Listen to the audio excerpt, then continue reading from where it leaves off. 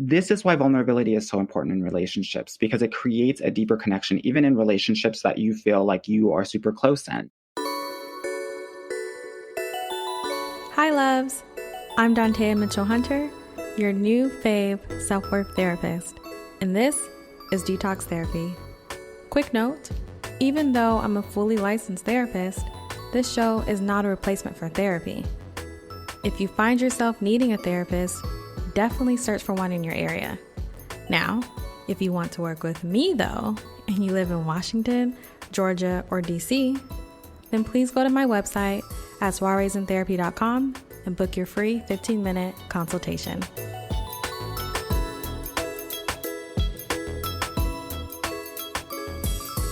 Hi, loves. We have a very, very exciting episode today. I know I say that with every episode. However, it's true. And so today we have a very, very special guest on. We have a dating coach here, and his name is Anwar White. And I have a little secret to say. I did not know there were such things called dating coaches out in the world. And so when I discovered that there were not only dating coaches, there was Anwar, I was like, I love his content and I have to find a way for us to connect and bring him on the show. So Anwar, please introduce yourself. Well, thank you so much for having me first and foremost. Like you said, my name is Anwar White, and I am a dating and relationship coach for smart and successful women. I think that they have very unique challenges, and I've been doing this for a decade, but really all of my life. You're not the only person that didn't know that there are dating coaches out there. So part of my job is to let people know that there is help out there for this part of their lives, just like there's help and there are coaches for any other part of your lives as well. Awesome. I love that. So for like those who are new to this whole thing, tell us, how did you find yourself getting into like becoming a dating coach? Yeah, that's a good question. I feel like I have always really been doing this. Even as a little boy, I was always the person on the playground that was double dutching with the girls and then playing basketball with the boys. So I've been always able to navigate both kind of social circles. I think that I've been born and blessed with a unique perspective of both male and female. So it really does help me in the work that I do with my clients in terms of helping them understand how men are perceiving what they're saying and what they're doing, so that they can move accordingly and differently in a way that best serves them. So, I think that, like I said, since elementary school, but I didn't really get serious in this until I graduated and I got my MBA. And I was, always keeping in touch with all of my classmates who were amazing women. And everything in their lives was just like rocking out, right? Mm-hmm. They had the amazing home and car, and they were traveling like crazy. Hashtag Black Girl Luxury, hashtag Black Girl Travel, hashtag Catch Me If You Can, all that stuff. And it, like, for all of these women, the one thing that they still needed to get a hold on, a grasp on, was their love lives. Mm. And so me being the type A person that I am, I was like, girl, this is ridiculous. Like, we just like need to get this solved for you. Mm-hmm. And so I was like, I'm just taking this over. And that's exactly what I did. Oh my gosh. So you were just like living your life, and then you decided to help your friends. So you just enrolled in a course? I was like, this is what I'm going to do. No. Like I was saying before, I know men and I know women, and I know exactly who my friends were and what they needed. And maybe I knew it before they knew it at that time. And so that's what I meant when I said I like took it over. I was just like, no, I know exactly what your patterns are and how you need to stop them and the kind of people that you need to be looking for based on the personality that you are representing of yourself. So, so that's what I was doing for like 2 or 3 of my friends. And then they were in relationships within 2 to 3 months, and then they got married, within 2 years. And so I was like, oh, this is much more fun than managing billion-dollar businesses. Yeah. So I was like, yeah, I'm going to do this. This is fun. And I get to talk to my girls. I just love that. I love that you just have, I mean, I think it takes a certain type of person and personality to be able to navigate like both of those worlds, like getting to know the person that you're going to potentially introduce your friends to, checking them out, like that whole process. I love that. I love that you got into that. When you are, I don't know, let's imagine like you're just hanging out with your friends. Maybe they invite a new person to the group, right? We're all just sitting around dinner table, whatever.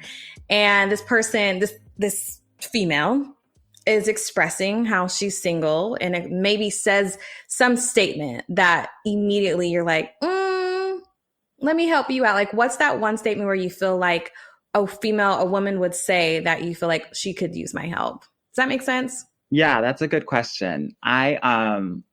When that happens, and it happens a lot, I actually like do not try to offer anything, Okay. because the one thing that I think people do not want to hear about is more advice on the one thing that they feel like they are really like not like completely killing it. So I'm generally quiet and I'm very observant. I've been that way since I've been like a small kid. I think that's natural when you're Black. And for me, if I'm gay, I have to be very observant of my surroundings. So I've always been a very observant person. So I generally can tell when someone is, either thriving in this area of their life or not so, before they even talk about the subject at hand.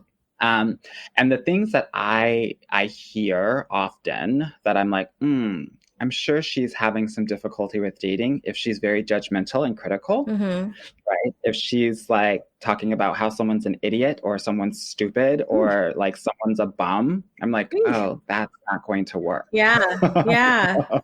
Because that's the exact opposite of love and acceptance and safety. If you're doing that in regular talk, then intimate talk is going to look like that as well. Right. So that's one thing that I often kind of observe even before we talk about love life. Right. Yeah. The other thing that I observe is one's ability to be vulnerable. Right. If they're talking about if they're talking about a lot, but they're also not talking about anything, then I also realize, we have maybe some walls or we're very protected. And I'm pretty sure that that's going to be very difficult when you're trying to connect with someone. Yeah. And so in that respect, I'm pretty sure that they're probably still single. I love that. I love that. And for me, I'm thinking, because as you know, I'm like a therapist and I work with women around self-worth a lot. And so these conversations come up so much where it's like this trap feeling. Like I'm assuming some people listening right now are probably like, so I express myself, but I just shouldn't express myself. So like what is vulnerability, right? Because they may be thinking, expressing how I'm frustrated with this person. And if they say like that person's a bum or they're stupid, I'm expressing myself. That's me being vulnerable. Is it not? No, that's not vulnerability, because that has nothing to do with you. Yeah. It has everything to do with the other person. Vulnerability is all about you and you being seen, right? And it's all in how we communicate things. When we're communicating, and I tell this to my clients all the time, it should never be about the other person. It should always be about how you are experiencing that other person. And that can be different for every person, right? So instead of you're an idiot or you're stupid, it is, I'm not feeling heard right now. Right? Or I feel like you're dismissing what I'm saying, and that's making me feel like I don't want to talk anymore. Very different ways of communicating. One way, you will get defensiveness and fights and arguments. Another way, you will get ears perked up, ready to actually try to protect you. Yeah. Right? That's the difference in the way that we communicate. And oftentimes we're not taught how to communicate. We let emotions kind of override any of that. And that can be really harmful. Yeah, I agree with you. And I, I'm just always thinking about like, what are my clients struggling with, or what are women struggling with, especially Black women, and as you really focus on high achieving women who have everything else checked off. They have the car, they have the home or the really nice apartment, they have the income, right? And it's like, dang, that romantic box is not checked off. And so I can imagine there's a lot of frustration around that. And so how do you help your clients sit in that frustration and move into like it's okay to be more vulnerable because that's going to get you to love. Yeah. So it's not, for me, it's not one of these things where we're going from 0 to 100 Mm-hmm. because that doesn't work. No. That doesn't ever work. Even though my clients would love, the way that they're thinking is it's either all or nothing. Yeah. And it's interesting. The way that I find that my clients have been really successful in this dating love game is by not going either at a 10 or at a 0, but like staying at a 6 or 7 pace when it comes thinking of it as a marathon and not necessarily a sprint. So I think that that's something that's really helpful when you're thinking about love and dating. I was actually just talking with a client of mine who is very, very type A and who's very like hard. And I had to tell her, actually, I'm going to need you to take about 2 or 3 months off of this. Wow. Because you're going too hard. And anytime you're going too hard, the level of thirst is going to be so great that men are intuitive and they're going to actually sniff that out. And that's not going to be a good situation for you. Yes. So we have to like level set and recalibrate that so you can be coming at this not from a place of insecurity and thirst, but from a place of like calm, centered confidence that I think is like really important. Yeah. I'm sorry, I don't think I answered your question. How do I help my clients actually get more vulnerable? Well, one, it's like understanding like where you are in the vulnerability kind of scale. Are you really vulnerable? Are you not? Most of them aren't. So first, it's the awareness of understanding, oh, I'm not that vulnerable. And then, and this is a really interesting exercise that you can do, your listeners can do just like at home, I always tell my clients, ask like 2 guys and 2 women, what makes you special, what makes you happy, and what makes you confident, right? And hear what they say and hear how they perceive you. It's a very vulnerable thing to ask this of people. It is. We don't do this on an everyday basis. So you can do that to help, because we have to like, actually start and create momentum around this vulnerability. It doesn't just start from anywhere. So. And most of my clients push back and they're like, I don't want to do this thing. Yeah. This is ridiculous. And then afterward, they're really happy because one, they do it and they have proof of possibility that they can do it. And they understand that vulnerability can actually be strength and not necessarily weakness, which I think they are often thinking about vulnerability in that way. Yeah. So one, they do that. 2, they get to hear about how people actually think of them in a way that they don't necessarily get to hear often. This is why vulnerability is so important in relationships, because it creates a deeper connection, even in relationships that you feel like you are super close in. Another thing that I do is I tell my clients, you have to like lay out all of your goals and you have to share them with, 2 people, right? Like we're doing these like exercises every week so that we can start to get comfortable in a certain level of vulnerability. And we get to ask other people what their goals are. Why do we do this? Because, and I'm not just talking about like, I want to buy a house and not any, like, I'm also asking them like, what are their general health goals? Be specific. What are your romantic goals? Yeah. Like we have to get down to the nitty gritty here so that people can actually see you. Because here's the thing, most high achieving people, one of the reasons why they're high achieving is that they kind of just like hush their emotions and like just stay in their intellect, right? And like completely like block off their heart, because if they did so, who knows if they would even, land at this level from a professional perspective.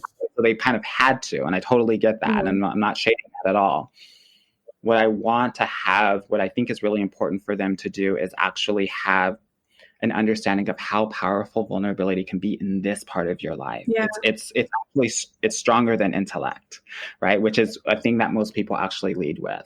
But in reality, vulnerability is everything. And if your person that you're dating, that you're in a relationship with, doesn't know you, they can't fully love you. Yes, exactly. Right? If you're giving literally 50 or 60% of yourself, then he can only love 50 or 60% of you.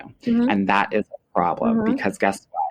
Research tells us that after 3 months, we can't fake the funk anymore. Yeah. We actually have to just be ourselves. Secrets out. Yeah. If you're getting to know someone and then 3 months later, they're showing a different side of them that they didn't know, I know men will be like, well, who the hell are you? Yeah. Right? Who did I actually get into a relationship with?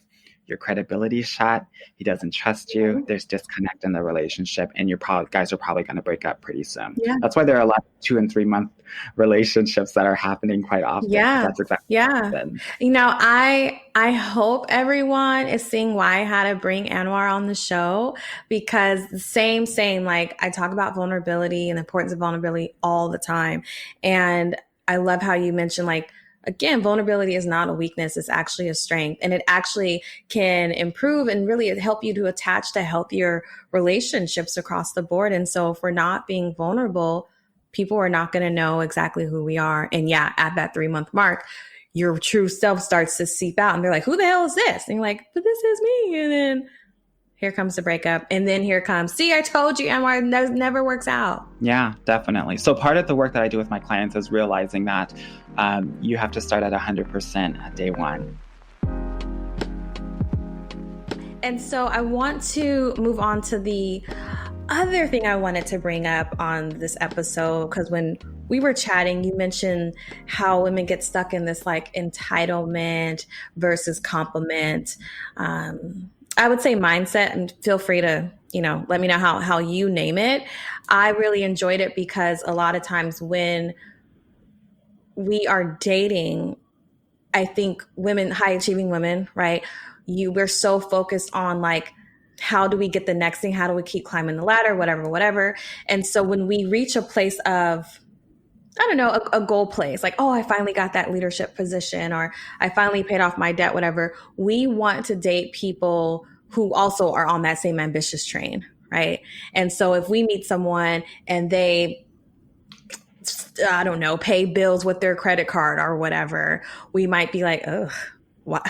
But I pay everything with, right? Like that kind of stuff. And so could you speak to that mindset for those who have like, it has to match me. My partner has to match all the things that I'm doing. They have to be ambitious. They have to be working towards. Got it. Yeah. Empire, okay. Right? So definitely. So this is so true. And this is something that happens quite a bit with my clients. And I preface working with them by saying, like 95% of the time, the person that you're actually going to be with is not going to be like anything that you even imagine, right?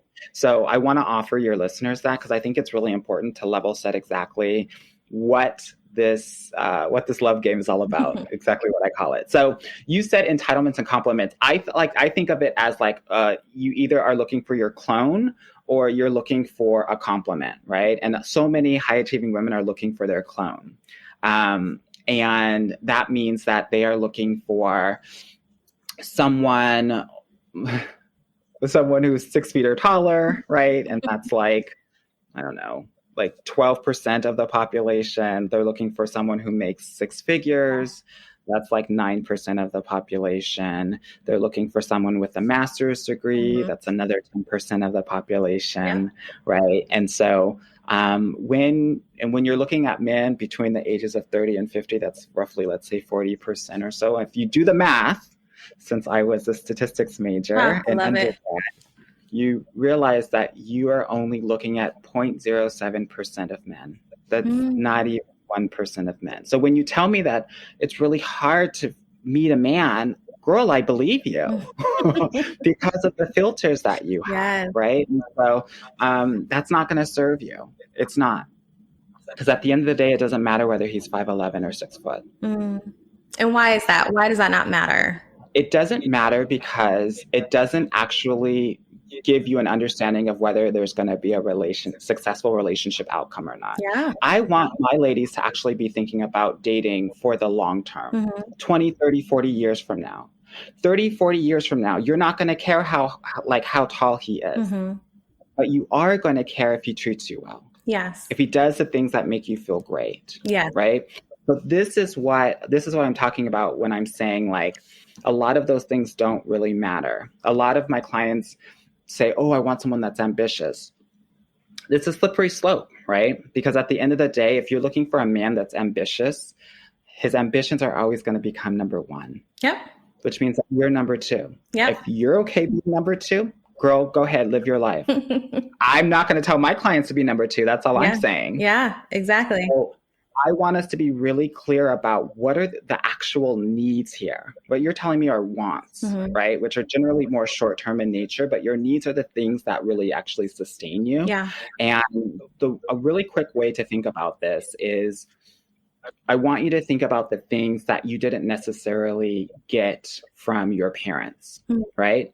That can be attention, that can be nurturing, that can be life skills, that can be unconditional love, that can be supporting your talents.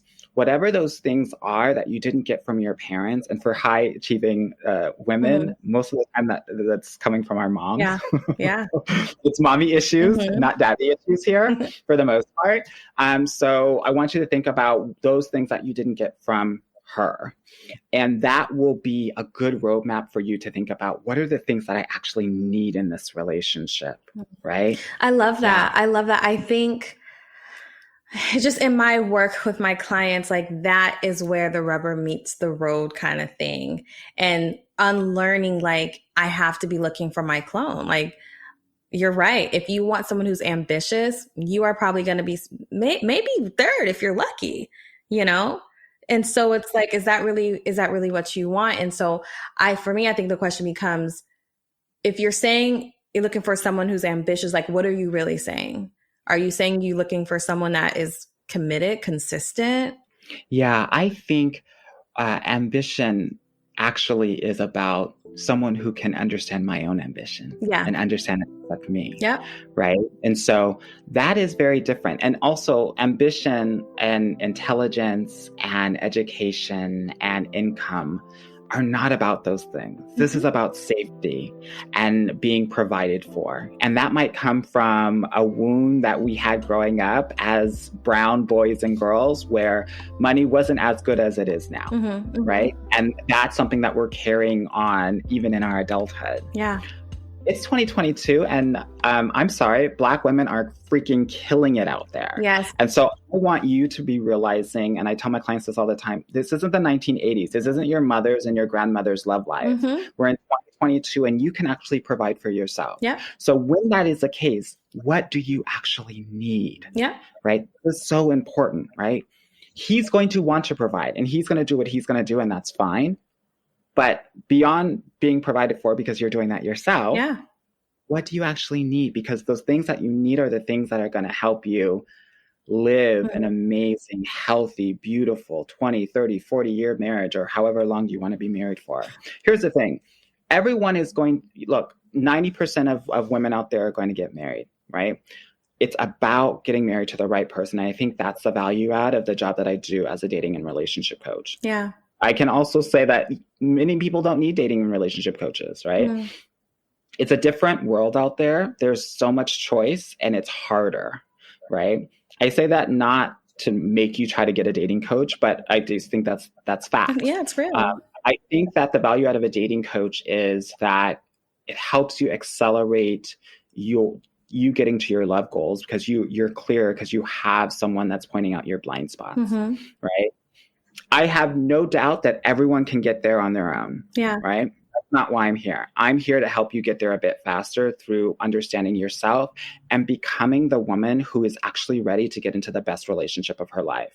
Most women aren't there yet. Yeah. Yeah. I love that. I just really can like feel your passion behind this and like tell me more about the passion. Like what's this driving force behind it? Like why does this get you so like excited? I love this. I am one of the biggest fans of women, specifically Black women. And so, this work is very personal to me, right? My great-grandmother was married 3 times. My grandmother was married 3 times. My mother was married 4 times. Oh, wow. My sister is on her second marriage. Yeah. Thanks to on a good one. My other sister just got out of a narcissistic relationship. This shit is personal to me, right? I want all women, specifically Black women, to get the love that they deserve. And because I know that with this, so much can come from it, right? But it is actually, sometimes women can feel like, oh, it's just going to hold me back. No, it actually like accelerates all of the goals that you want, right? Even like financially, splitting rent or mortgages or whatever, right? being able to quit your job Yeah. and become an entrepreneur because you're tired of the 9 to 5 or 9 to 6 or 9 to 9, Yeah. right? Microaggressions, all that. Your relationships are some of the most important things that you can really focus on that can level up your life in such a dramatic way. And I just want to be a part of it. I love that. Ah, you are talented. I can't thank you enough for sharing all these gems. Of course. I want to say one thing because this reminds me. I was just talking with a client of mine, Mm-hmm. and we were talking about this thing that you just brought up about her having it. It has to look a certain kind of way, right? He has to look a certain kind of way. Yeah. And she's actually been talking with someone who doesn't look that kind of way. Mm-hmm. Mm-hmm. Yes. And I had to break it down to her because I think this is really important, especially if you're an amazing, talented Black woman out there.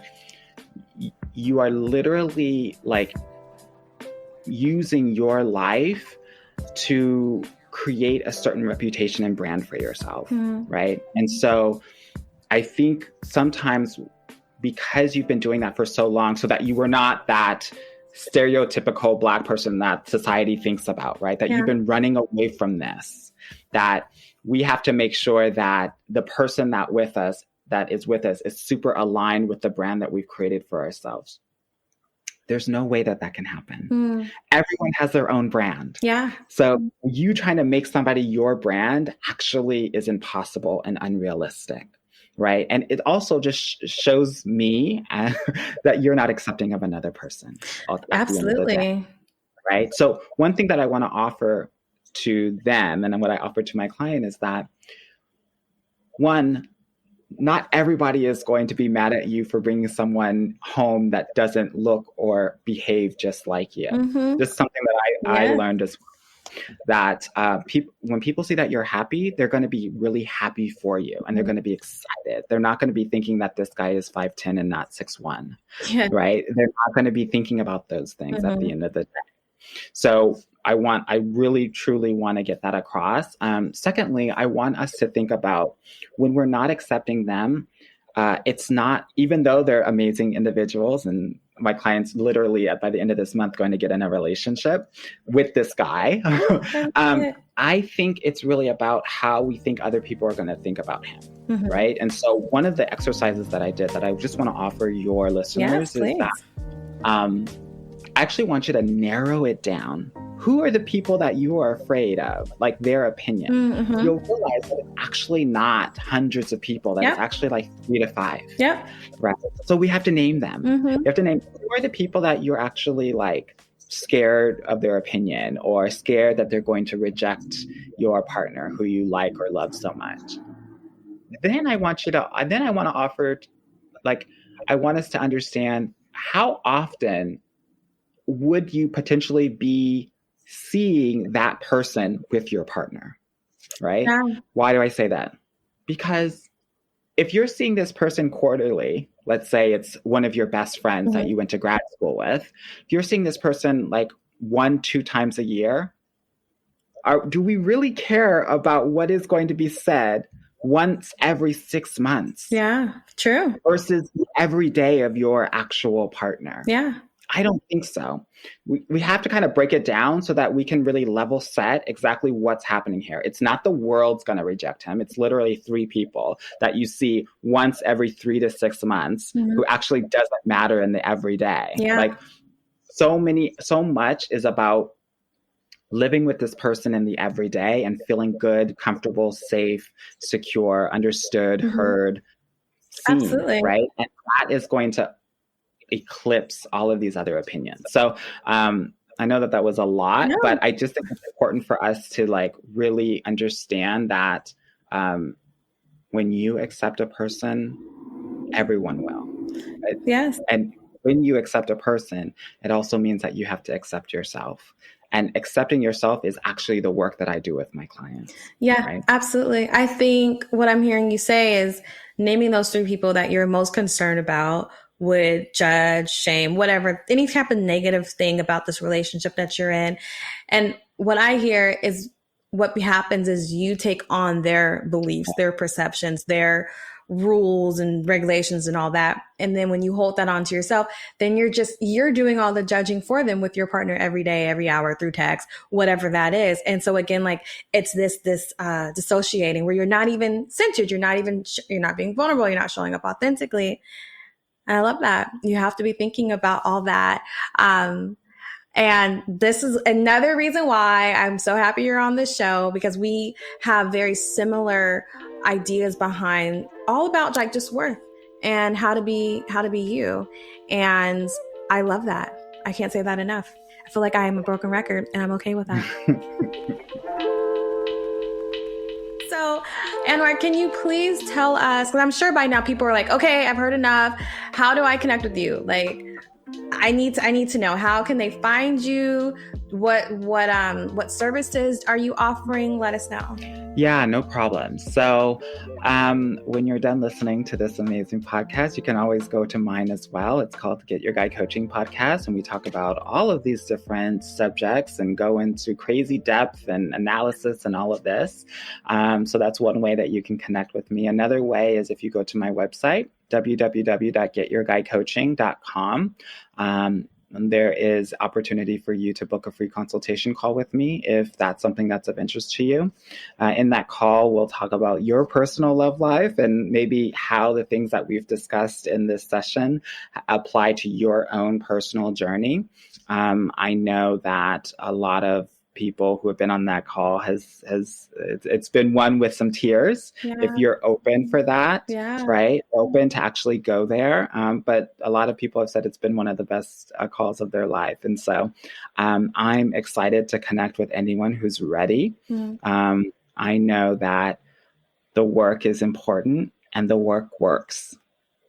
So, if you guys all want to book that consultation call, please, by all means, do it. I'm really proud of the results that I get from my clients. Roughly 90% of my clients are in relationships within 4 months of working with me, plus or minus a month. Yeah. And then of those people, roughly 2/3 of the women are getting married within 2 years. So we're definitely doing the Lord's work over here, honey. I love that. And I know I always think about what people would say, kind of like a devil's advocate kind of thing, like the pushbackers. I'm thinking their immediate thoughts are, can I do that without doing on the whole online thing? I just want to meet someone at the grocery store, like the old fashioned way. What would you say to them? I would say then my program's not for you. Right? Here's the thing. If you want to do one thing a certain kind of way, it just means that you're not being open-minded. You get different results by doing things differently. So if you're not willing to do things different, which is really what growth is all about, going out of your comfort zone and actually doing something that is uncomfortable and doing things in a new way to get new results. So guess what? Keep on, if you want to do things the old-fashioned way, go ahead and do it in this pandemic, girl. Go ahead and do it. I'm not going to stop you. Yeah. What I'm going to do is, for the clients that are ready to do something in a very, really interesting way, I have I have a specific proprietary online dating strategy that I teach all of my clients so that they're not going out with random people all the time. Right? That's the thing that gets you into the start and stop mode.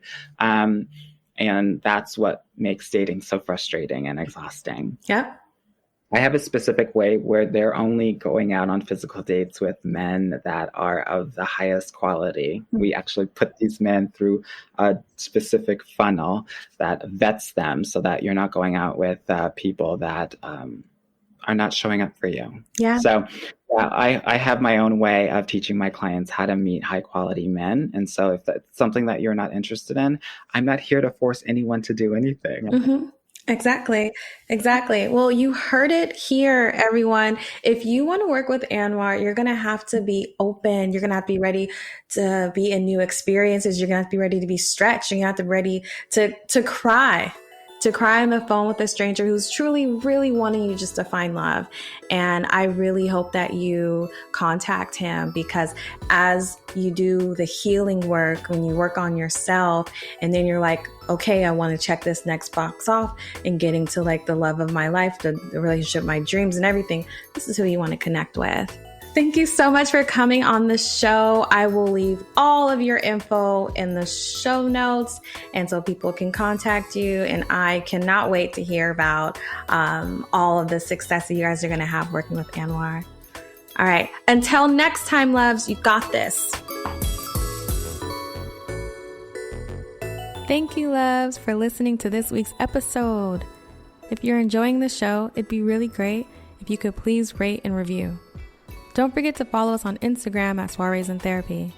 To learn more about the services I offer, visit soireesintherapy.com. If you've got a question you'd like me to answer, please send your question to Dantea at soireesintherapy.com.